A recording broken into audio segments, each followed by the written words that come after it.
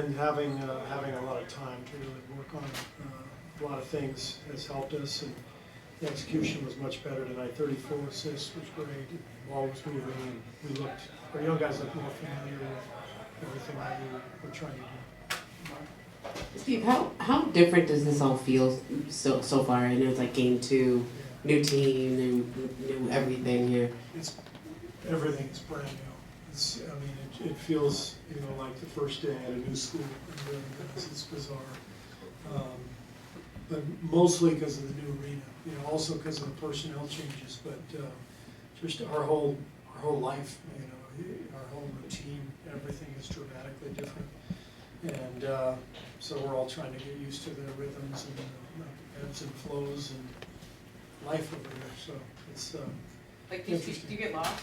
So I just put on Waze every time I'm driving in, and it takes me a different way every time, and I have no idea where I am. But the phone helps me get here. I did get a parking ticket, by the way. That's it? Yeah. There you go. Yeah, my welcome to San Francisco. How much? 78. Cheap. Street cleaning. Yeah. This morning, I didn't know. Watch out, don't park on that same side of the street next week, because Yeah. the alternate side. Now I know, but we'll see. Okay, Steve. Steve, talking about Steph, with the new changes in the offense and the new personnel, are you expecting him to have a large offensive burden just to start the season at least because of all the new guys on the team? I have a large offensive burden all year. Just the nature of the roster and what we've lost from a scoring standpoint and a playmaking standpoint. So he's not going to play like this every night. We know that. So we've got to really work to develop our identity and our efficiency and keep working with these young guys. And tonight was a good step in that direction. You're 1-for-1 in challenges now. Take me through that process. How do you alert the refs? I know you guys don't have flags like football coaches, but do you like the rule also too? I don't like the rule. I don't like replay at all. I think replay should be limited to the buzzer beater. At the end of every quarter, if you want to review the buzzer beater, that's fine. I don't like the review, but you can. They sent us the rules, and we've watched the videotape, and so it seemed like something I might try just to feel it. But you have to call a timeout in order to challenge, and so it seems like what you have to do is make sure you're not wasting a timeout on a play that's not worth challenging. So that's going to be a big factor if it's your timeout anyway coming up, if there's a mandatory coming up that's yours, or if you're on the bad end of a run and you see something that's questionable, you might as well take the timeout and review it, and that way there's no harm done. If you don't get the call. Steve, what did you think of the mix of having and D'Angelo out there at the same time? What did you think of that?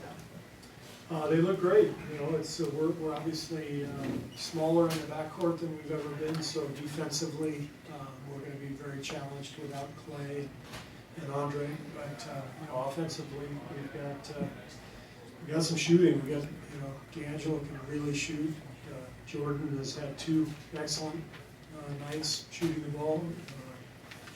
So he's had a hell of a camp too, and so we like our new guys. It's going to be a matter of putting all this stuff together. I feel pretty good about our ability to score, and I'm mostly concerned now with continuing to work on our defense and see what we can do with that end. Steve, when you see Steph playing the way he already is in the preseason, do you even caution against ramping up his minutes even more now? Would you like to keep him right around 25 for these last 3 games? I imagine he'll take a game off. Maybe one down in LA, and then I haven't talked to him about it. That's just a thought. But I think it'd be good to get at least the last game up over 30, maybe 2 games up same with Draymond and D'Angelo. Was that a little zone that you were playing for a couple possessions? Yeah. I think against it. Yeah, it didn't look that great. We'll play around with some different things defensively. We'll see what it looks like. Steve, you talked about the young guys. What did you think about Jordan Poole? I think he had a 19, and he was. I haven't seen a rookie like you guys had in a couple of years that just goes to get buckets. How did you feel about his game tonight?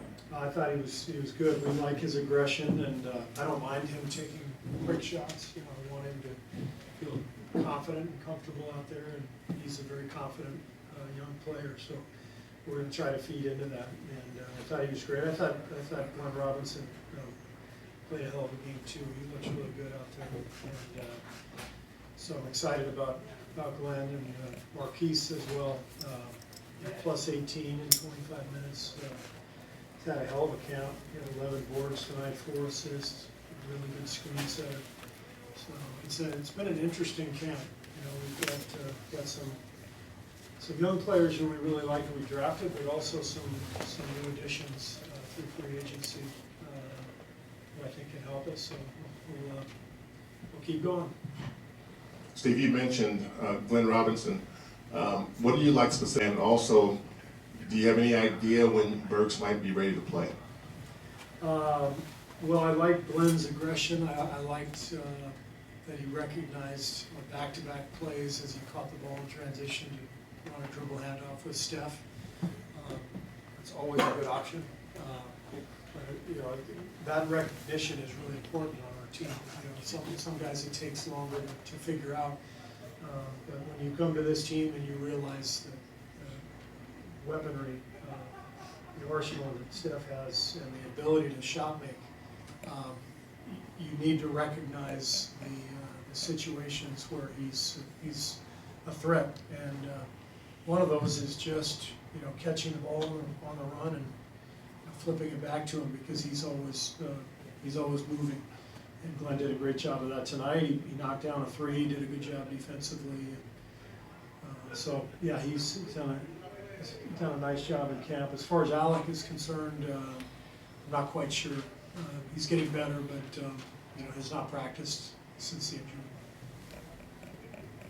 injury. Coach, you did screen setting there. He also had 4 assists, and I think he had something close to that in the last game too. How important is the screen setting and the passing going to be in your offense this year? And then follow-up question, do you plan to keep rotating the small forward and center spot, just testing different starters and things like that? Yeah, I don't know what we're going to do. The reason I did it tonight was that Glenn and Marquise both had really good weeks of practice, and I thought they deserved it. So I'm not sure what I'll do next game, but as far as the offense, we're basically running the same stuff we've run. A lot of ball movement, a lot of spacing, and it's more a matter of the newer players getting comfortable with it and getting comfortable with each other. And I think one of the things I like about Marquise is that he's very comfortable at that high pivot, high post pivot, setting screens, flipping screens, running dribble handoffs. That stuff's not easy to master, and so he's got more skill as a passer and a screener than I realized, and so we're very excited about that. Any international incidents while the game was going on? Or nothing to report. We were gonna ask you about the Kurds. Stay All away right, from that. we will have Steph, Marquise Chris, Glenn Robinson, and Jordan Poole in here.